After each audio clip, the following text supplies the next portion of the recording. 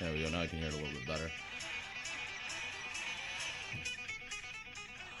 What is going on, everybody? Patrick Ali here, Senior Loan Officer at Hall Financial, and it is official. I have hijacked the best darn 12 minutes in podcast history. That's what we do. 12 minutes. We have a great conversation. We have some laughs. We have some fun. Joined by Seth Gray. How you doing, Seth? I'm very good. Good morning. Good, good. And I am very excited, actually. Today we have Andrea Carollo of Max Broock Realty in Birmingham. How you doing? Good. How are you doing, Patrick? I'm doing phenomenal. Really excited to have you on the show. We're going to talk a little bit about mortgages, talk a little bit about real estate, and hopefully just add some value into everybody's life today. So, how was your Memorial Day weekend, guys? It's good. Good? It was very good. It was spent with some family time and got in the water a bit as well. So Yeah. Good. Great. Are you boat people? Yes, I would say that I'm a boat person. Boat absolutely, person? yeah. Are you a boat person? Who isn't a boat person? Right. I live in a small boat town. I feel like if you don't have a boat, then you're not allowed to live there for some reason. So It's always best to have a friend with a boat. yeah, or a friend with a boat. That's perfect. Other people's boats. It's Yeah. it's the money pit. Other people's boats, other people's pools. Absolutely. So we have a lot to talk about. Not a ton of time, so I want to kind of hop into it. Speaking of Memorial Day weekend, obviously that's the time to honor veterans.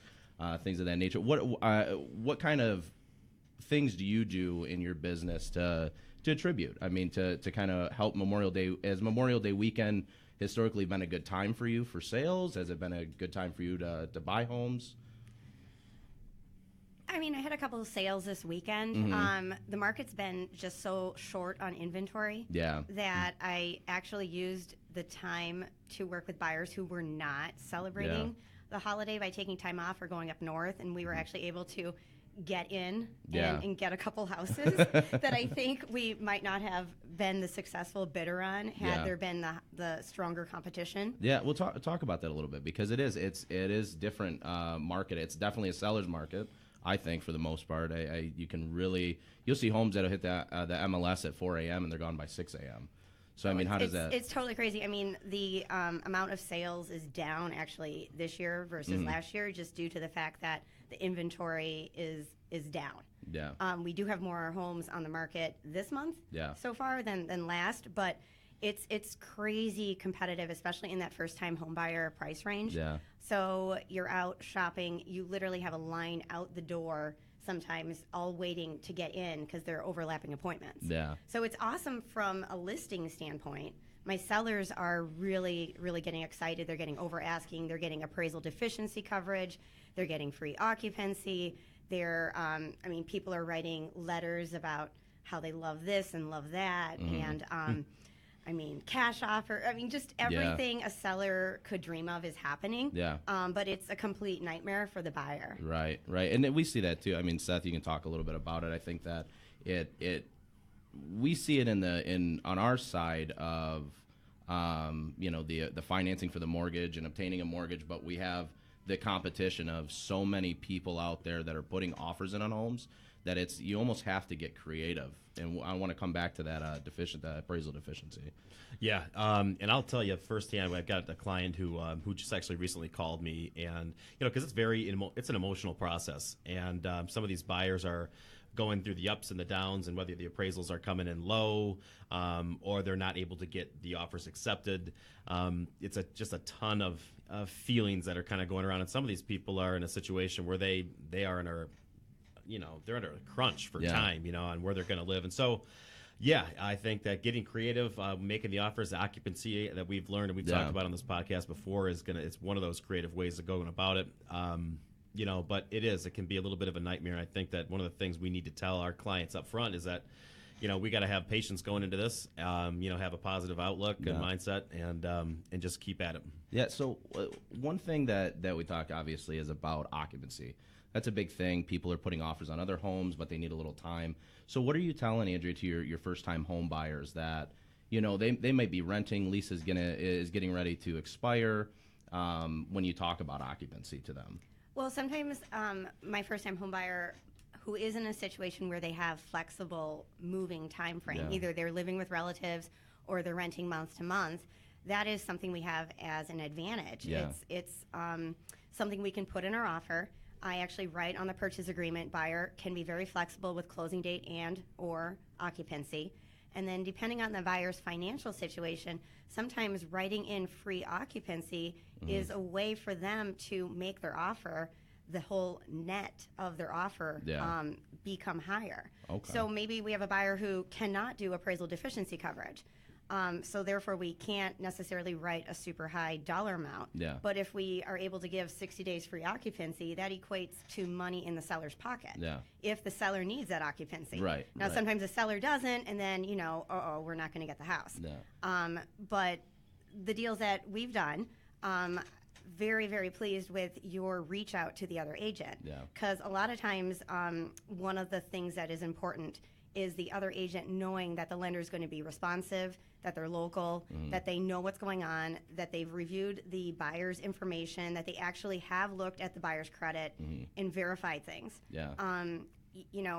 That's huge, because sometimes a non-local, non-responsive lender, you could have the greatest offer in the entire world. Yeah. But as a seller, you don't want to deal with that. Well, and I think that's great too, because this is the first time, and we normally, especially here at Hall Financial, we like to reach out to all parties to kind of close the gap and allow everybody to communicate with each other. But that was the first time when you gave me a call. We're working on a loan together right now, and said, the selling agent wants to talk to you. Can you give her a call? And I absolutely gave her a call, which we were planning on doing anyway, and she that's exactly what it was. She wanted to know how qualified the borrower was, how confident I was in the loan. And, now we are 12, 13, 14 days in the process, and we're already ready to get this thing closed up. One thing that we talked about on actually the loan that we're working on is the appraisal deficiency. I want to talk about that a little bit. Explain kind of to the listeners what that is and how that works. So the issue is when there's competing offers, a seller starts looking at the different risks of each offer. So if you have a cash offer versus a conventional loan offer versus maybe an FHA offer that wants concessions, they could all end up having the same net to the seller, but the risk is different. So obviously the cash offer has the least amount of risk. What can a conventional or an FHA buyer possibly do to make their offer, which does require the mortgage to get fully approved? What can they do to make their offer compete with a cash offer? Well, that's where the buyer might have the financial ability to cover a certain amount of appraisal deficiency. So when you have a mortgage, normally the lender is only going to loan based off the lesser of purchase price or appraisal value. So if someone's putting down 20% and they write a $200,000 offer, the house has to appraise for $200,000 or we have a problem. So appraisal deficiency coverage might be that buyer saying, hey, look, I will give up to $20,000 of appraisal deficiency coverage. Now that $200,000 house only has to appraise for $180,000, and that buyer is guaranteeing to that seller they're still going to proceed. Yeah. And is that something that, obviously, are we communicating that, on a day-to-day basis, or what's your take on that, Seth? My take is that sounds great. I wish that we had more buyers that had that liquidity. Yeah, because right. it's just not, it hasn't been an option for any of my the folks that I've worked with. But having the money to be able to bridge that gap for the low values, I haven't run into it. Yeah. We're either finding other ways where we have to try to get creative to make the deal work and renegotiate, which a lot of times sellers aren't really looking to do, especially in such a competitive market where there are buyers that are able to bridge that gap with the appraisal deficiency. So, unfortunately, it hasn't worked out for me. But it's a great point. Yeah, well, and it's another thing too is a lot of the people that we're working with are first-time home buyers, and let's face it, majority of first-time home buyers on average are only saving for about 6 to 8 months to actually put money down on a home. So that's what we deal with. So when you get those well-qualified buyers, or you get a person in a situation where they're able to bridge that gap or get a gift to bridge that gap, then that is I think it's a huge win. Well, and that's sometimes where you have to ask yourself, do you really want this house? Because the reality of it is as a buyer's agent, I never want to have to put the buyer into a situation where they're not comfortable. Right. But the market is putting us all in that situation. Yeah. So do you want to get the house, or do you want to continue to keep looking? Yeah. And that's where you sometimes have to dig deep and ask yourself, do you really want to go for it? And you might have to do a 401k loan. You might have to ask, mom, dad, grandpa, grandma for that gift. borrow Yeah. from borrow Right. from that 401k. Do what you need to do. Do whatever it takes. And then too, the lender is always involved because maybe then doing that appraisal deficiency coverage in the event you have to utilize it. Yeah. Maybe the loan is going to switch to a 5% down Yeah. instead of a 20% down, so that they do have that extra for the coverage. Yeah. Or maybe you luck out and you get an appraisal waiver, and Yeah. then I'm like fist pumping and everyone goes to closing. You don't It's have great. to worry about it. Well, and that's a good point too, because a lot of times we're seeing homes on the market. I've seen it a lot more in the past than I see now because people are getting so many different offers that there's contingencies of they only accept conventional. They don't want government loans. So when you have that buyer that they're qualified for a VA loan and that's truly the best option for them. What are you talking about with the listing agent, or is there a conversation with the listing agent when those might only be a conventional, offers only? I've closed a lot of VA buyers. Yeah. I love my VA clients. Yeah. It's an awesome program. There is nothing better for someone who wants to put down 0% or a very small amount. The major hurdle with it is education to the other agent. You can't control who the list agent is, and you can't control who the seller is. Yeah. So educating them, letting them know that it will not take longer to close, making sure that the house is a candidate house, as in there's not major repairs, and just keeping them appraised of the situation. There should not be an issue. Yeah, and Seth, I mean, is there anything different that we're doing when it comes to the mortgages of talking to our clients about this stuff? With VA, well, I think that, kind of to piggyback on what you were stating there, I think, and maybe it's more of a question, that sometimes I find that listing agents are a little bit, they're less receptive to the VA offers because of expediency, and I think that one of the things that we're good at is trying to get it, because you have to order the appraisals through like a VA portal, and it sometimes can be a little bit more time consuming, but on our end, it can be important to try to expedite when we're getting those orders in, doing the due diligence by asking those types of questions on the properties, the condition of the property, because we don't want to have any setbacks with that too. So do you find that it's the process or the length of the process for VA loans is sometimes something that's I just really think it's just not having an educated listing agent or seller that you're dealing with, where they think it's back in the olden days where VA actually processed the loans and they did take longer. That's not the case. Right. So I basically, before I show a house, because not all houses will even list VA as an option. So I know the inventory. If I know the house would actually pass the VA inspection, meaning it has the safety features that are required. Yeah.